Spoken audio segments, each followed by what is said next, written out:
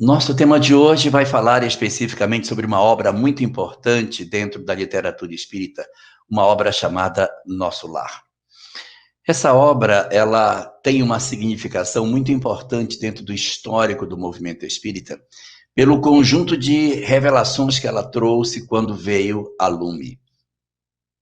Até a época em que ela ainda não havia sido publicada, uma vez que ela é de 1944, até a época em que essa obra ainda não tinha sido publicada, a visão que o movimento espírita possuía sobre o que fosse o mundo espiritual ainda não era como a de hoje.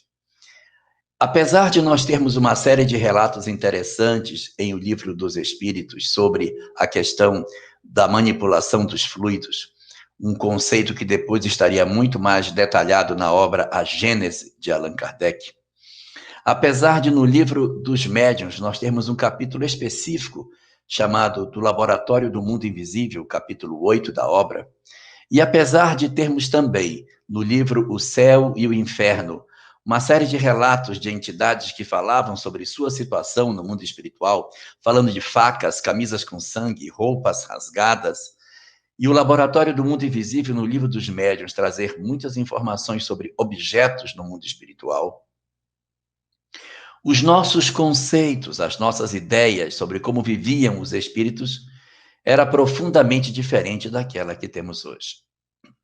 E quando foi que isso mudou? Quando foi que o movimento espírita pôde ter uma leitura mais aproximada daquilo que seja o mundo espiritual? Foi exatamente a partir dessa obra. A obra chamava-se Nosso Lar. E vinha revelar uma realidade bem mais intensa na vida imortal do que aquela que nós imaginávamos. Até então, nós apenas tínhamos a informação de que a morte não existia e que os espíritos sobreviviam à morte, ou seja, que a vida prosseguia.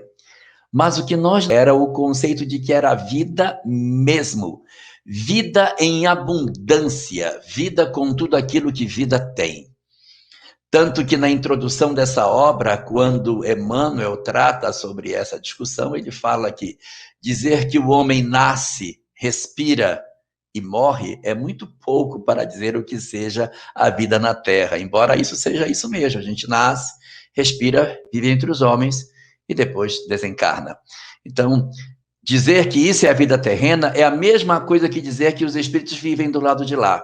Então, André Luiz veio revelar para nós, na condição de uma espécie de repórter do mundo espiritual, como que os espíritos se organizavam, como que eles se agrupavam no mundo espiritual, falando de diversas regiões do mundo espiritual, regiões mais felizes, regiões mais difíceis, reunindo espíritos ainda com graves conflitos emocionais e lugares interessantes ainda não presentes na literatura espírita, chamados de colônias espirituais.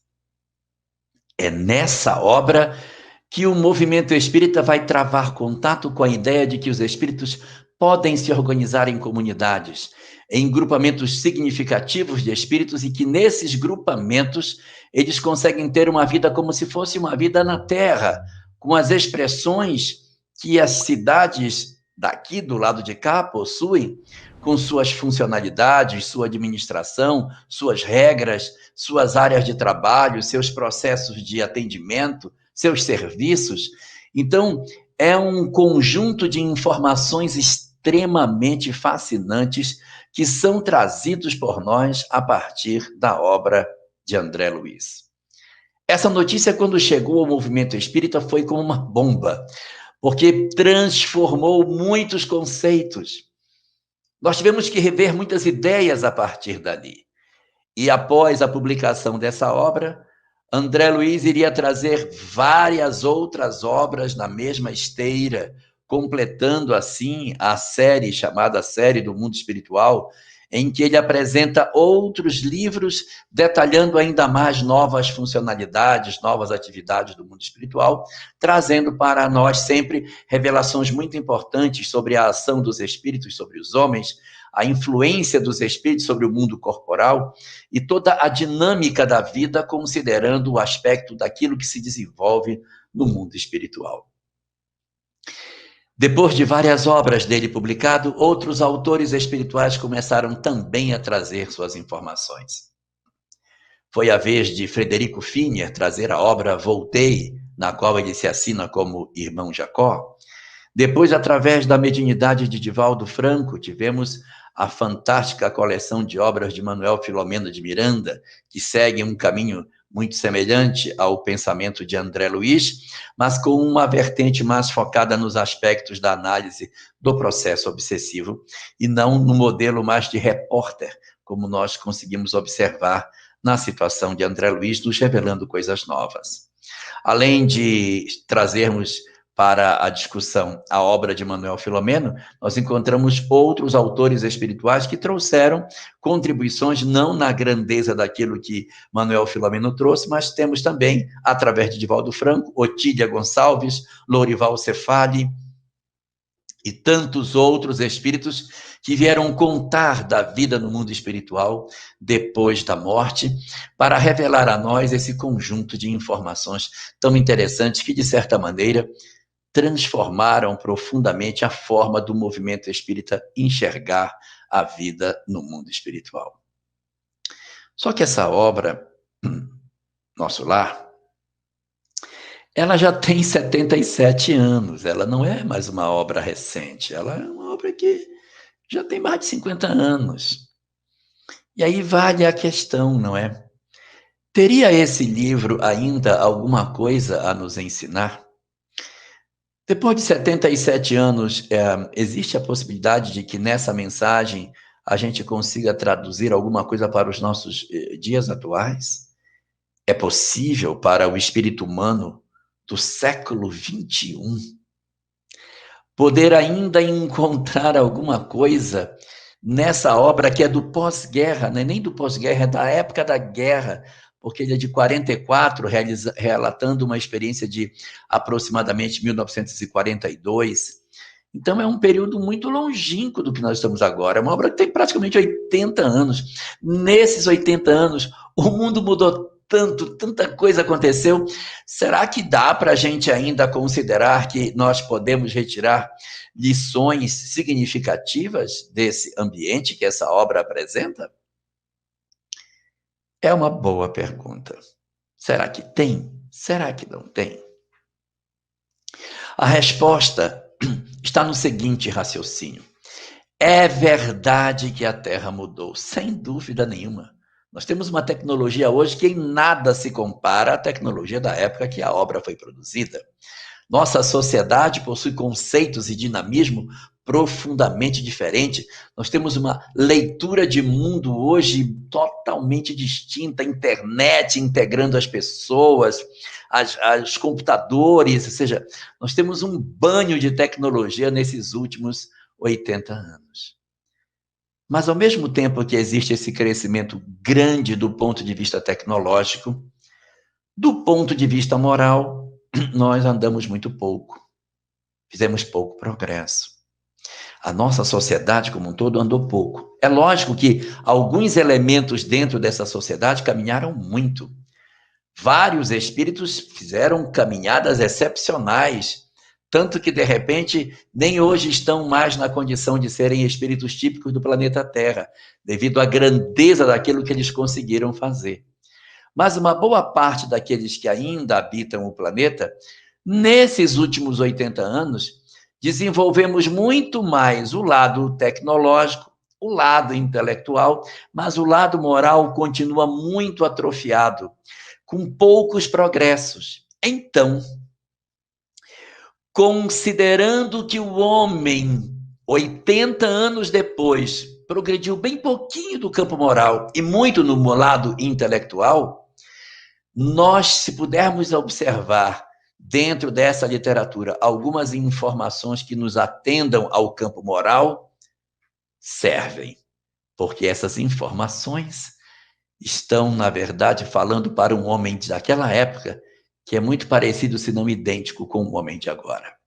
Se de Jesus para agora quase não há diferença no espírito humano, que dirá de 80 anos para agora? Então, é possível fazer uma leitura atenciosa dessa obra e observar dentro dela uma série de fenômenos bastante interessantes para o desenvolvimento do nosso eu do ponto de vista moral. E por isso, nós destacamos hoje 7 lições, 7 reflexões para o momento atual que nós vivemos, extraídos dessa obra Nosso Lar, para que a partir da leitura daquilo que a obra contém, nós consigamos entender e perceber a atualidade dessa mensagem, que apesar de ser uma mensagem de 80 anos, ainda é uma mensagem muito atual. Ora, se Jesus, com 2000 anos, ainda é extremamente atual, que dirá uma obra escrita há apenas 80 anos, considerando o pouquíssimo progresso intelectual que a humanidade fez nesse curto intervalo de tempo. Então, vamos aos pontos interessantes que a obra apresenta para que a gente possa fazer as nossas reflexões. O primeiro ponto, a primeira coisa, o primeiro elemento que surge na leitura dessa obra é a existência da imortalidade. Esse é o eixo central dessa obra. Não há como você manusear esse livro sem se defrontar com essa informação. Existe vida após a morte. A morte não destrui as nossas vidas. Ela destrói os nossos corpos, mas a morte não destrói as nossas vidas. Resultado por conta disso, quando a gente observa a obra acenando para nós o fato de que a morte não destrói a vida humana, mas sim somente o corpo, nós vamos nos defrontar hoje com uma realidade muito singular na história. A humanidade hoje atravessa uma pandemia. A humanidade hoje está a braços com notícias diárias de uma quantidade muito grande de pessoas que estão desencarnando. Isso não significa dizer que a gente está falando isso para apresentar a ideia de que ninguém deve sofrer com o processo da desencarnação. Não. A desencarnação é um fenômeno doloroso para a espécie humana. E dói, é ruim. Você ter alguém que você ama e, de repente, você tem que se despedir dessa pessoa, sabendo que você não vai ter mais, pelo menos na vida física, aquela companhia que você tinha antes desse companheiro. Então, essa percepção de que a vida mudou, de que esse companheiro não é mais aquele que estava antes com você, ela é muito importante para a reflexão desse momento atual. E a obra vem exatamente nesse sentido, encher a nossa crença da certeza de que a morte não existe. Nos dias atuais, existem muitas pessoas que estão perdendo a sua lucidez em função da possibilidade da desencarnação. Não se quer dizer com isso que a gente não deve ter preocupação, que não deve se cuidar, que não deve ter saudade. Não, tudo isso é justo. Ter a preocupação com os cuidados de higiene, com certeza. Ter a sensação de que a gente precisa de socorro é justo. Sentir saudade das pessoas que se foram é justo.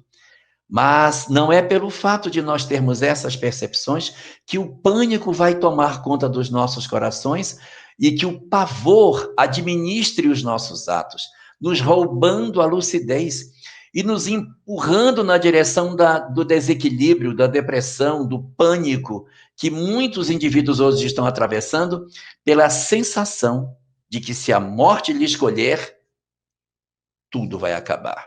Então é aí, nesse primeiro ponto que a obra nos acena, nesse primeiro momento em que ela reflete conosco sobre isso, nós vamos tirar a primeira das lições. A morte não existe. Portanto, apesar de todas as nossas dores e dificuldades, que são razoáveis, nós todos temos a informação de que sim, a morte é um fenômeno que separa fisicamente as pessoas, é verdade, mas os nossos amores vivem, nós também viveremos, nós também nos reencontraremos. nós também teremos a oportunidade divina de, depois da nossa desencarnação, reencontrarmos com os amores das nossas vidas e refazermos as nossas histórias.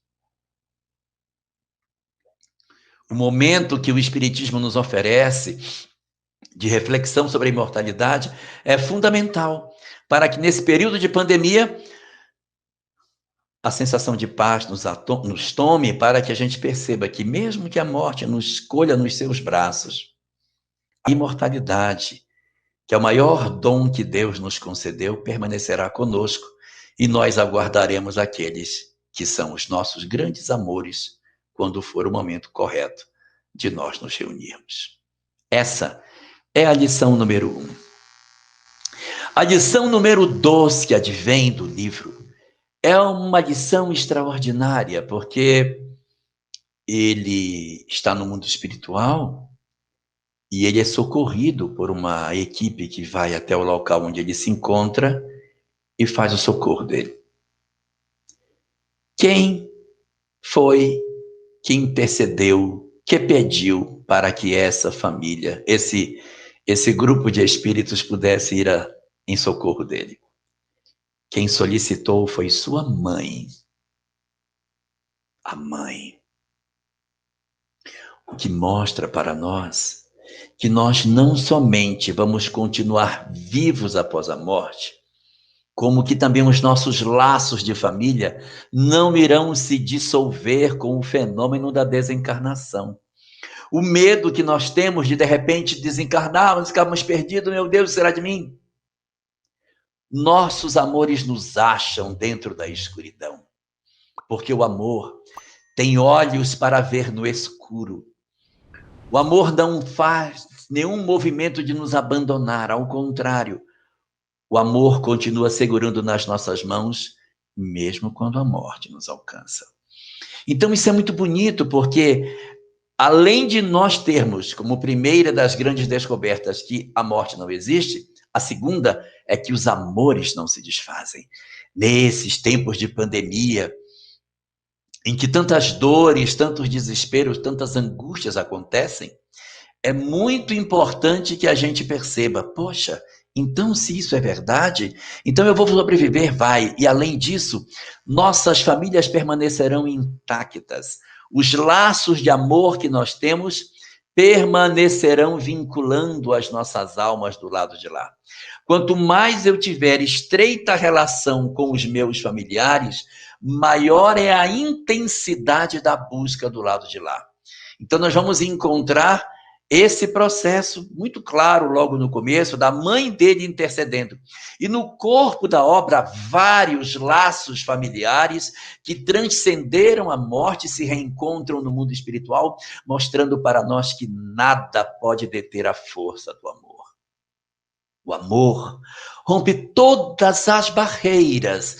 Por isso, nesses períodos de Covid, de angústia com a questão da desencarnação, não temamos o amanhã, porque nós iremos sobreviver e as nossas relações de amor continuarão intactas, porque o amor continuará vinculando os nossos corações com todos aqueles que constituem nossos laços de afeto.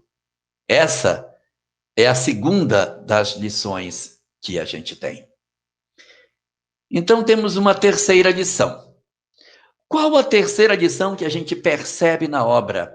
A terceira lição que nós percebemos é a chamada misericórdia divina, que vai e nos colhe da escuridão para fazer a nossa possibilidade de ascensão espiritual. A obra inteira é um tratado sobre a misericórdia de Deus, sobre a mobilização que acontece no mundo espiritual em socorro dos que padecem. Isso é muito importante, porque não há indiferença de Deus com a dor de seus filhos. Mesmo que nós tenhamos tropeçado, feito uma série de dificuldades, de problemas, de erros durante a nossa existência, nem assim nós seremos abandonados por Deus. Não existe nenhum ato que o ser humano possa fazer que Deus vire as costas para ele. Pode ser que nós tomemos alguma atitude infeliz e que essa atitude infeliz dificulte a nossa adequação no mundo espiritual, que a gente sofra no mundo espiritual, passe um período num local ruim, que exista em nós angústia. Isso tudo pode acontecer. Pode acontecer. Mas esses períodos de sofrimento, eles terminam. Porque ainda que os nossos erros sejam grandes, a misericórdia de Deus é ainda maior. O amor que Deus tem pelas suas criaturas é muito maior do que tudo isso. E se a gente tiver erros desse tamanho, Deus tem esse tanto de misericórdia para nos recolher. É lógico que não dá para fechar os olhos para os erros humanos, mas é preciso que o Espírito perceba que está errado. Quando nós acenamos com a menor possibilidade de socorro, a misericórdia vai lá, captura o indivíduo e traz para o processo de atendimento espiritual. Então, essa beleza de saber que nós não estamos abandonados, ela é fundamental para nós podermos atravessar esse período de perturbação que a nossa humanidade está passando. Muitos de nós temos muita preocupação. Eu sei que tem vida após a morte, mas eu tenho medo do meu futuro. Eu fiz muita besteira. Eu tropecei em muitas pedras, muitas vezes, e eu tenho muitas culpas dentro de mim. Eu quero me aliviar das culpas que eu trago, porque eu sei que o que eu fiz não tem perdão. O pior é que tem. Claro que tem. Não existe culpa do ser humano que não tenha em contrapartida uma ação misericordiosa de Deus que, após a pena que nós mesmos imputamos para nós próprios, a espiritualidade vai lá e, agindo em nome de Deus, socorre as criaturas para o trabalho de ascensão espiritual. Ou seja, Deus socorre a criatura pela própria criatura. Então, a primeira das nossas grandes descobertas, a vida imortal. A segunda, os laços de amor não se dissolvem com a morte. A terceira, a misericórdia de Deus, o socorro divino que assiste a todas as suas criaturas, oferecendo a todas, sem exceção, a chance e a possibilidade de se tornarem espíritos superiores, porque isso é um determinismo divino. Mais cedo ou mais tarde, todos, sem exceção, nos tornaremos espíritos felizes. Então, essa ação espiritual, ela está o tempo todo se mobilizando, porque nós não fugiremos desse determinismo de Deus, que é de sermos espíritos felizes e resolvidos. E a quarta das lições que a gente observa nesse texto? A quarta lição que o livro nos oferece é uma notícia bastante interessante, porque a nossa tendência é nós acharmos que a vida, na verdade, no mundo espiritual é muito diferente daqui, que nós vamos ficar lá em ociosidade, que uns vão ficar sofrendo, outros vão ficar na ociosidade. Não. O que mais surpreende com relação à vida no mundo espiritual é a intensidade do trabalho, o quanto eles trabalham. É lógico. Eles trabalham em quê? No socorro dos que estão caídos. Essa é que é a beleza. Os que estão em melhores condições, os que estão em condições de maior equilíbrio, se organizam em colônias, como a Nosso Lar, que é a colônia base do livro, se organizam nessas colônias para prestar socorro aos que padecem. Mas a troco de quê? O que eles ganham com isso? Paz de espírito, a sensação de estar fazendo o seu dever, a sensação de terem a consciência limpa de que estão esforçando-se naquilo que são capazes de fazer para atender o processo de socorro dos que mais padecem. Então, o trabalho que acontece no mundo espiritual é muito intenso, é muito forte, trabalhos em diversas frentes, na ida nas regiões mais escuras para buscar as pessoas que estão perdidas dentro das trevas, do umbral, o movimento que os espíritos fazem após esse recolhimento de atender um processo de enfermagem daqueles que estão ali se recuperando, os locais de ensino, de estudo, de arte. Então, existem inúmeras atividades desenvolvidas dentro da colônia, ocupando os espíritos e inspirando todos eles para que se desenvolvam nas suas potencialidades, tanto intelectuais como morais, e assim consigam ser muito mais efetivos nas suas reflexões. Então, não é somente uma discussão voltada para o trabalho lá no mundo espiritual. Por dentro da discussão do trabalho no mundo espiritual, existem também as reflexões sobre o trabalho no mundo corporal. Quantas reflexões nós tiramos do trabalho corporal assistindo à obra? Uma reflexão para nós, que às vezes não damos valor para o trabalho profissional que recebemos.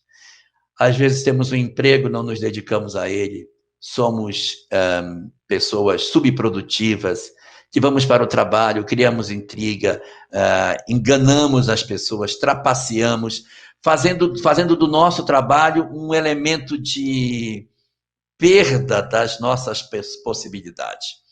No caso de André Luiz específico, a obra fala que ele clinicou durante 15 anos, mas ele não fez as coisas com o amor que deveria fazer. E ele vai destacar a importância das coisas do lado de cá serem feitas com amor. Então, quando você tem uma professora que se dedica ao trabalho que ela faz, entregando-se ao trabalho de atendimento e de ensino dessas crianças que estão sob sua responsabilidade, ela possui um mérito maravilhoso diante da lei de Deus. E esse exercício a gente faz do lado de cá.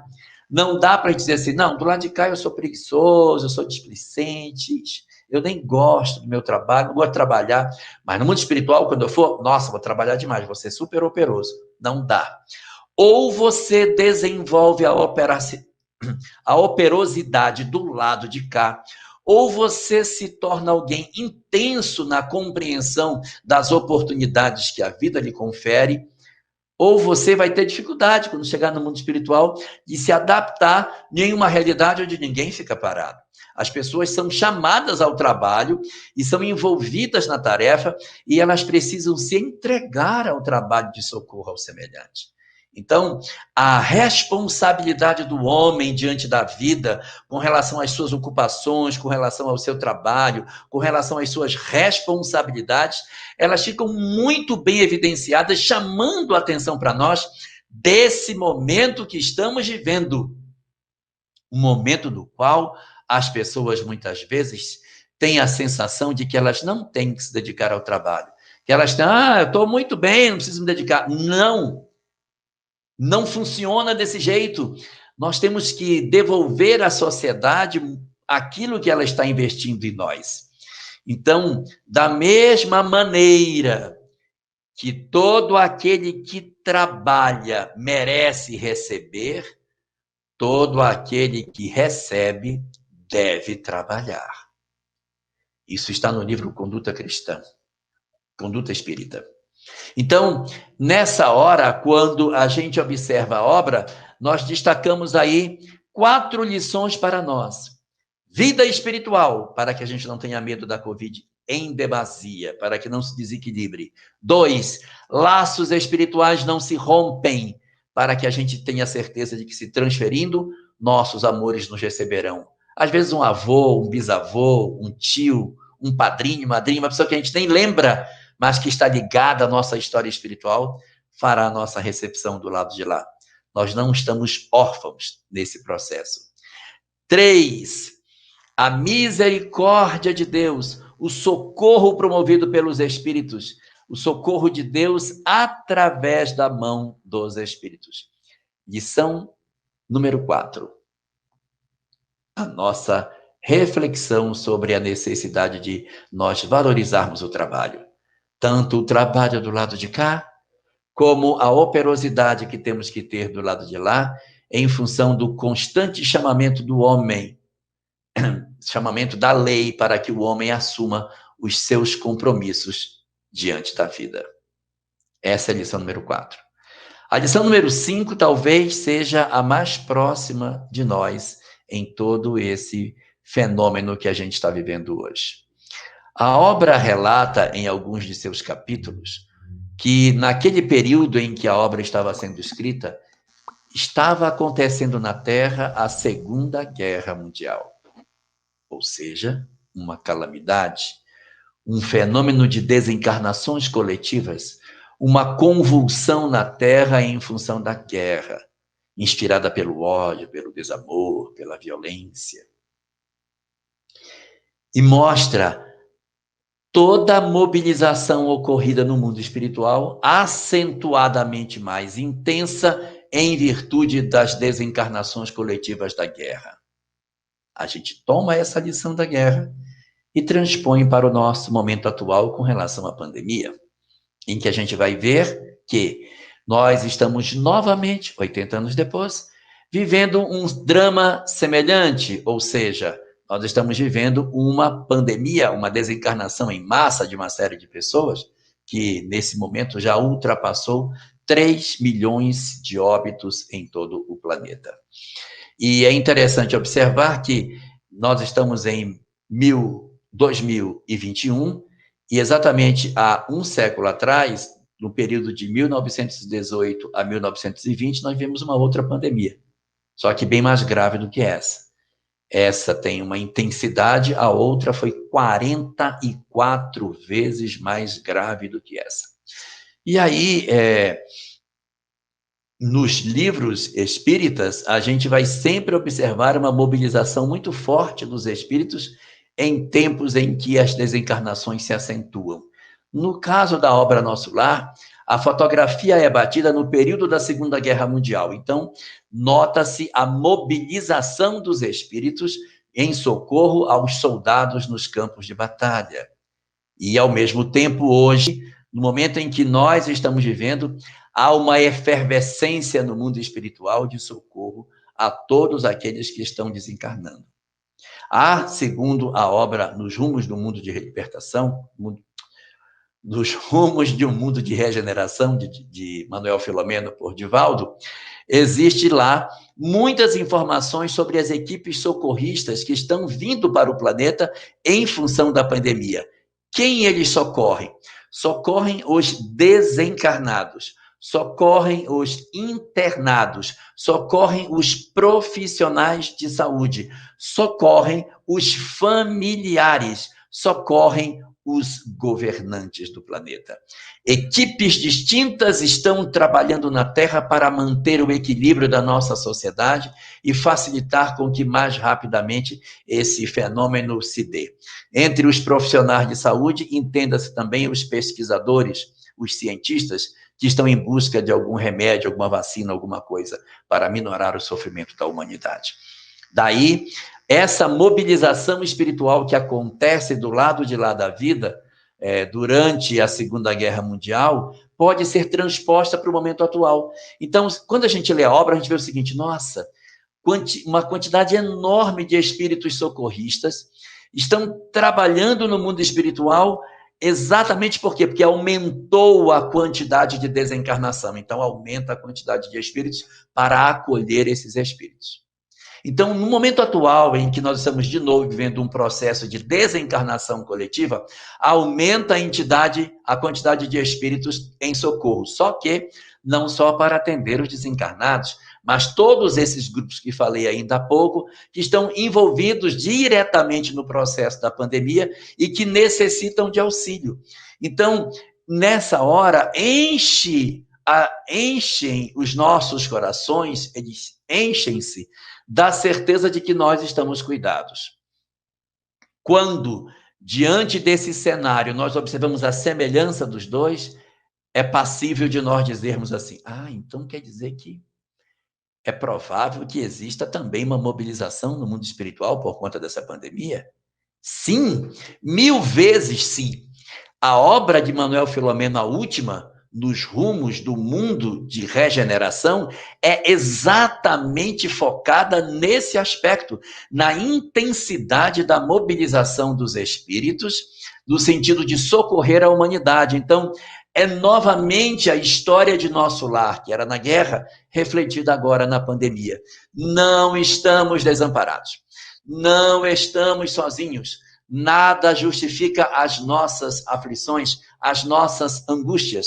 A atualidade da obra se mantém, porque a mobilização daquela época, que era pela guerra, se justifica hoje por um processo doloroso como o que nós estamos atravessando no presente. Portanto, nós vamos encontrar aí a reedição desse fenômeno de socorro do mundo espiritual exatamente em função da necessidade da desencarnação de muitas pessoas.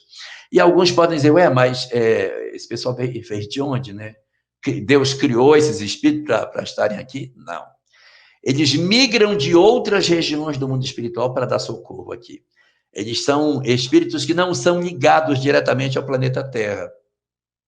Mas, em função da necessidade de intensificar a proteção espiritual, uma quantidade enorme de espíritos se mobilizou de outros lugares para virem à Terra neste momento para realizar o trabalho de socorro. Segundo aquilo que está disposto em O Livro dos Espíritos, na questão 176, os mundos são solidários entre si. Eles possuem uma relação estreita, e quando um precisa do outro, levas de espíritos benfeitores se deslocam de um planeta para o outro para promover o processo de atendimento. Neste momento particular, o clamor da terra foi ouvido nos céus. E os espíritos, então, se deslocam de diversas partes do planeta para virem até nós, para, sob o comando do Cristo, realizarem o trabalho de socorro nas várias frentes que precisam ser feitas, diminuindo, portanto, em nós a preocupação que nós possamos ter sobre o desamparo, a desassistência, a miséria que podemos estar vivendo do ponto de vista espiritual. Não. O mundo espiritual se mobiliza. Observe, pare e veja o quanto de espiritualidade está sendo sacudida a nossa humanidade nesse momento. Como nós estamos orando mais, procurando mais a Deus, como nós estamos mais dispostos a um processo de conexão com o divino. No meio dos escombros de tantos sofrimentos e de tantas dores, nós podemos recolher aí as virtudes que nascem dentro de nós a partir do momento em que as nossas provas e as nossas dores acenam com a possibilidade de mudança. E não é somente por esse instrumento que a gente evolui, mas neste momento a Terra pode dar um grande passo no sentido de compreensão da vida e de desenvolvimento dos seus valores, quando ela revisar, se ela assim fizer, os seus conceitos sobre a vida. Porque, ora, se uma pessoa que passa por uma experiência de quase morte, quando ela volta, ela vem frequentemente muito mexida nos seus valores, muito modificada nos seus ideais, o que não poderá fazer a Terra com milhões de pessoas que viveram a experiência de quase morte e voltaram? Se esses milhões de pessoas se predispuserem a fazer uma leitura diferente de mundo, teremos uma sociedade diferente.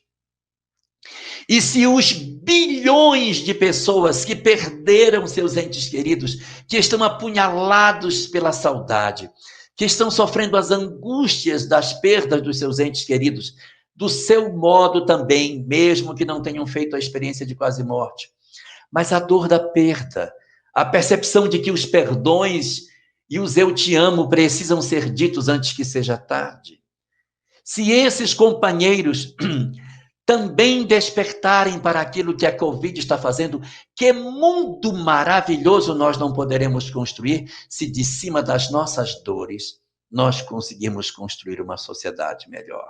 Então, esse cenário de aparente sofrimento e desesperança pode ser, na verdade, o alvorecer efetivo de uma nova forma de interpretar a vida, quando os homens aprenderem a valorizar o simples e a destacarem nas suas vidas a importância das relações entre os homens.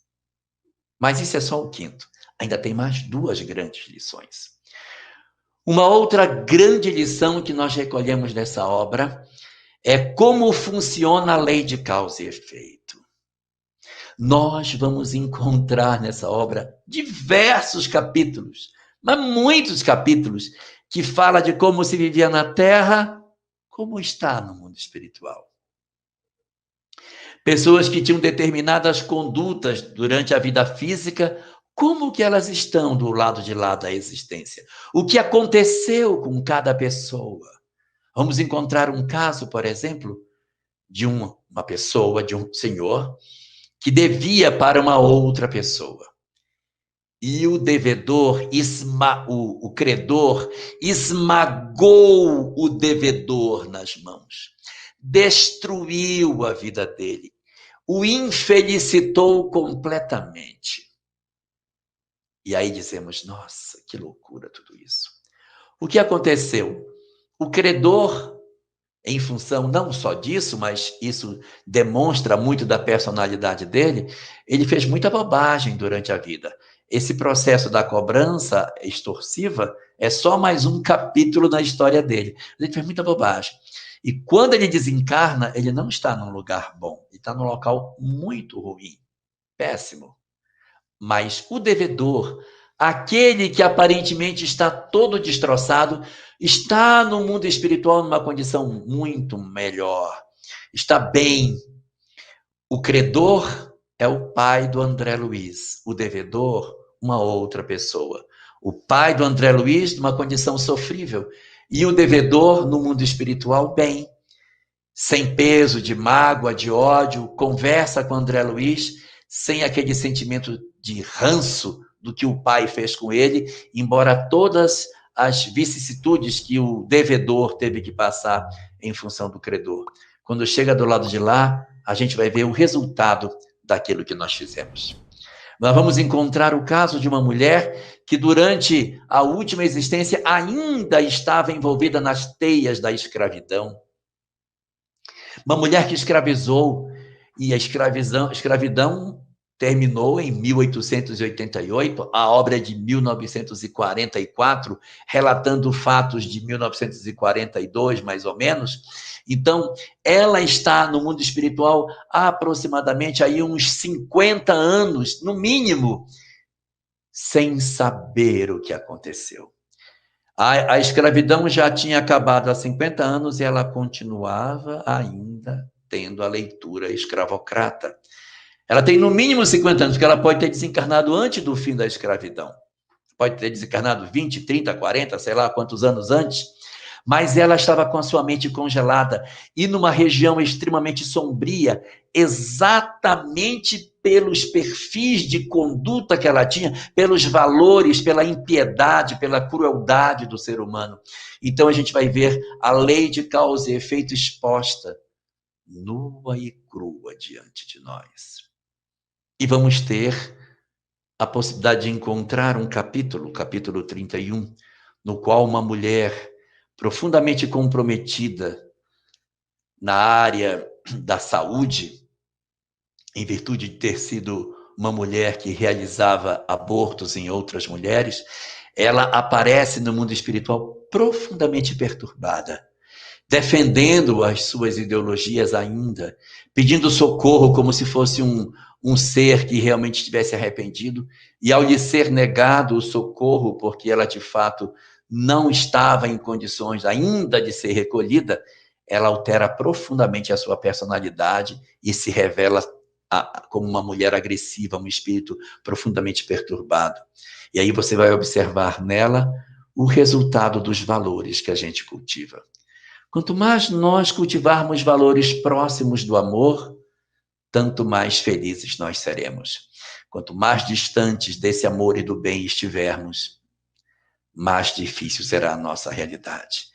Uma reflexão para agora, para os nossos tempos presentes, para que a gente não pense que não vai ter consequência o mal que fazemos, para que a gente não ache que, de repente, chegando no mundo espiritual, eu faço 2 Pai Nosso e automaticamente eu já estou modificado.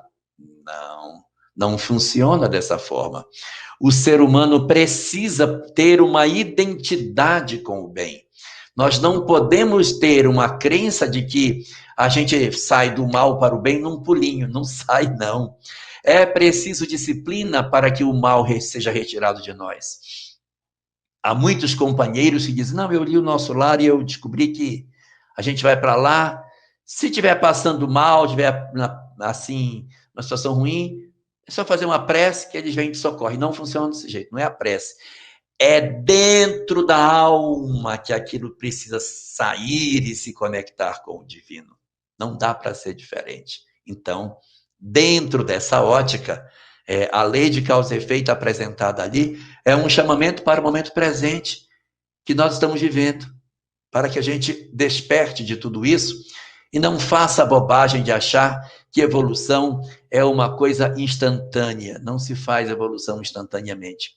Nós temos que construir dentro de nós os valores que a gente precisa alcançar. E como última lição que a obra nos oferece, está a ressignificação dos nossos laços familiares. André Luiz se transfere para o mundo espiritual, passa 8 anos numa situação bastante difícil no mundo espiritual, depois é recolhido, passa mais 1 ano na colônia se recuperando de todas as questões, até que visita o seu lar na Terra pela primeira vez, depois de 1 ano lá. Quando ele faz essa visita, ele vai descobrir que ele ainda não havia mudado os seus sentimentos. Ele ainda queria ver a esposa como se fosse sua esposa. Ele ainda queria ver as filhas como se fossem suas filhas. Mas agora era tempo de novos conceitos, de novas visões de vida. Nós continuaremos amando, sim, mas nós temos que perder o sentimento de posse. Um sentimento de posse que às vezes está do lado de lá para o lado de cá e às vezes está do lado de cá para o lado de lá. Nós queremos que os nossos familiares que desencarnam continuem sendo tão presentes no lar como eram antes da sua desencarnação. Não dá. Desencarnou, naturalmente, ele é chamado para novos compromissos. E a gente sente saudade, é lógico. Ah, como eu gostaria que meu pai, meu irmão, meu filho, minha esposa, meu esposo estivesse comigo como estava antes, mas ele não pode. Não é da lei que seja assim. Nós vamos aprender com aquilo que a obra nos ensina, que a partir do momento em que a desencarnação se estabelece, nós temos que iniciar um mecanismo de amar, mas de maneira diferente. Amar sem posse, amar sem prender, aceitar que o outro nos ama, mas que ele tem novos caminhos a percorrer. Esse exercício você vai observar no capítulo 49 e 50, são os 2 últimos da obra. André Luiz se debatendo com o homem velho e o homem novo, tentando restabelecer dentro de si os verdadeiros sentimentos que ele precisa ter para lidar com a nova realidade espiritual na qual ele se encontra. E é só no 2º livro da série, Os Mensageiros, no capítulo 1, que você vai encontrar André Luiz fazendo a reflexão tão extraordinária, dizendo: agora sim eu consegui. Eu os visito, mas como irmão. Não vou mais como marido e como pai. Eu lhes cuido como irmão, não como se eu fosse o dono da casa. Ele vai falar no 1º capítulo do livro 2º, depois do nosso lar, Os Mensageiros, toda essa ressignificação que ele aprendeu com os laços de família, aprendendo a amar sem ser cativo ou sem cativar os outros. Então, não é nem quem desencarnou querer que fique cativa a pessoa, como nós também temos que aceitar que o familiar tem direito a uma nova história, tem direito a um novo cenário dentro da sua possibilidade de evolução. Então, nesse nosso dia de hoje, retirado para celebrar as reflexões sobre o livro Nosso Lar, dá para dizer, sem sombra de dúvida, a obra continua atualíssima para a investigação do nosso eu profundo, para retirarmos dele as lições que nós tanto precisamos para a harmonização nossa interior, guardando como fundamento desse processo de mudança esses 7 pontos para iniciar o nosso trabalho de análise da obra para os tempos atuais. Primeiro, a compreensão da vida futura, para que o temor da morte não nos gere pânico. Segundo, a compreensão de que os laços de família não se rompem com a morte para tirar de nós o medo de que seremos almas abandonadas no além. Terceiro, a compreensão da misericórdia de Deus, que descerra diante de nós sempre a possibilidade de recomeço e de reorganização das nossas emoções. Quarto, o trabalho como sendo o elemento essencial que aponta o progresso dos espíritos, não sendo admitido ninguém que esteja do lado de lá a serviço do bem e que esteja improdutivo. Todos, para estarem ligados ao bem, estão produtivos, atuando, realizando no bem, porque isso lhe traz paz de consciência. 5, as chamadas provas coletivas, o impacto das provas coletivas no mundo espiritual e as mobilizações, olhando o nosso cenário hoje da Covid, da pandemia e os conflitos que a gente está vivendo e os naturais processos de socorro que estão ocorrendo no mundo espiritual em prol da humanidade terrestre nesse momento, tal como aconteceu na Segunda Guerra, acontece agora, e a gente com isso tira uma lição. O mundo espiritual está se mobilizando. Temos que fazer a nossa parte. 6º e penúltimo, as reflexões sobre a lei de causa e efeito. A compreensão de que o que se faz aqui, como diz o personagem Máximos do filme O Gladiador, o que fazemos aqui ecoa na eternidade. Então vai ecoar do lado de lá os equívocos e os acertos que nós fazemos aqui. E vamos nos defrontar com várias histórias do outro lado da vida, felizes ou infelizes, mas que demonstram a necessidade da observância do bem para que a gente consiga alcançar êxito na vida espiritual. E como último de todos esses pontos, a necessidade de nós redefinirmos nas nossas almas o papel que os nossos entes queridos desencarnados ocupam após a desencarnação, não exigindo deles a permanência absoluta em nossos lares, como eles também, do lado de lá, irão se reprogramar no sentido de não exigirem dos que ficaram do lado de cá as mesmas relações afetivas que tinham no ontem. Após a desencarnação, os laços continuam, mas os laços essenciais são os laços do amor universal, da percepção que somos todos irmãos, porque Deus, esse sim, é que é o nosso único Pai.